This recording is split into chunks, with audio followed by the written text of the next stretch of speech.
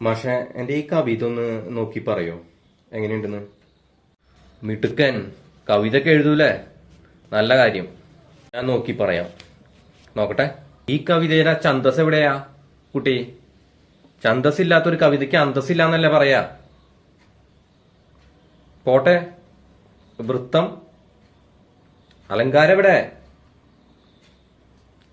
ഒരൊറ്റ വരി പോലും പ്രാസമില്ല. ആദ്യാക്ഷര പ്രാസം, ദ്വിതീയാക്ഷര പ്രാസം ഇതൊന്നും ഞാൻ പഠിപ്പിച്ചിട്ട് തന്നിട്ടുള്ളതല്ലേ? ഒരൊറ്റ സംസ്കൃത പദം പോലും ഇല്ല. പോരാഞ്ഞിട്ട് അവിടെ അവിടെ മംഗ്ലീഷും. ഈ മംഗ്ലീഷൊക്കെ എന്നാ കവിതയിൽ വന്നു തുടങ്ങിയത്? വാക്കുകളുടെ എണ്ണം, വരികളുടെ നീളം, ഇതൊക്കെ ഒന്ന് കറക്റ്റ് ആവണ്ടേ? ഇതെന്താ ഒരെണ്ണം നീണ്ട വരി, ഒരെണ്ണം ചെറിയ വരി. മാത്രല്ല അവിടെ ഇവിടെ കഷ്ണിച്ചൊക്കെയാണ് വരികൾ ഇട്ടേക്കണേ. ഇങ്ങനെയാണോ ഞാൻ പഠിപ്പിച്ചിട്ടുള്ളത്? കുട്ടി പഴയ നമ്മുടെ കാർന്നവന്മാരുടെ കവിതകളൊക്കെ വായിച്ചിട്ടുള്ളതല്ലോ ഒത്തിരി. ഇതിൽ മുഴുവൻ ലളിതമായ പദപ്രയോഗങ്ങളാണ്.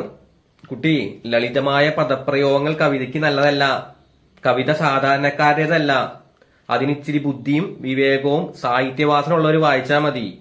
അപ്പൊ കവിതയ്ക്ക് അതിൻ്റെതായ വരികൾക്ക് അതിൻ്റെതായ കട്ടി വേണം. ഇത് കണ്ടോ എത്ര ലാളിത്യമാണ്? ഇങ്ങനെയൊക്കെയാണോ എഴുതുന്നത്? ഇപ്പൊ എല്ലാവരും വായിക്കില്ലേ ഇങ്ങനെ എഴുതി കഴിഞ്ഞാൽ? പിന്നെ കവികളും സാധാരണക്കാരും തമ്മിൽ എന്താ വ്യത്യാസം? അങ്ങനെ വെറൈറ്റിയിൽ മനസ്സിൽ തോന്നുന്നത് എഴുതാനല്ല കവിത. അതിനൊരു പാരമ്പര്യം കാരണവർ ഉണ്ടാക്കി വെച്ചിട്ടുണ്ട്. അതിനല്ലേ നിങ്ങളൊക്കെ ഈ പദ്യമൊക്കെ പഠിപ്പിക്കണേ? ചിഹ്നങ്ങൾ പോലും ഒഴിവാക്കിയിരിക്കുന്നു. എന്നാ കൊണ്ടുപോ.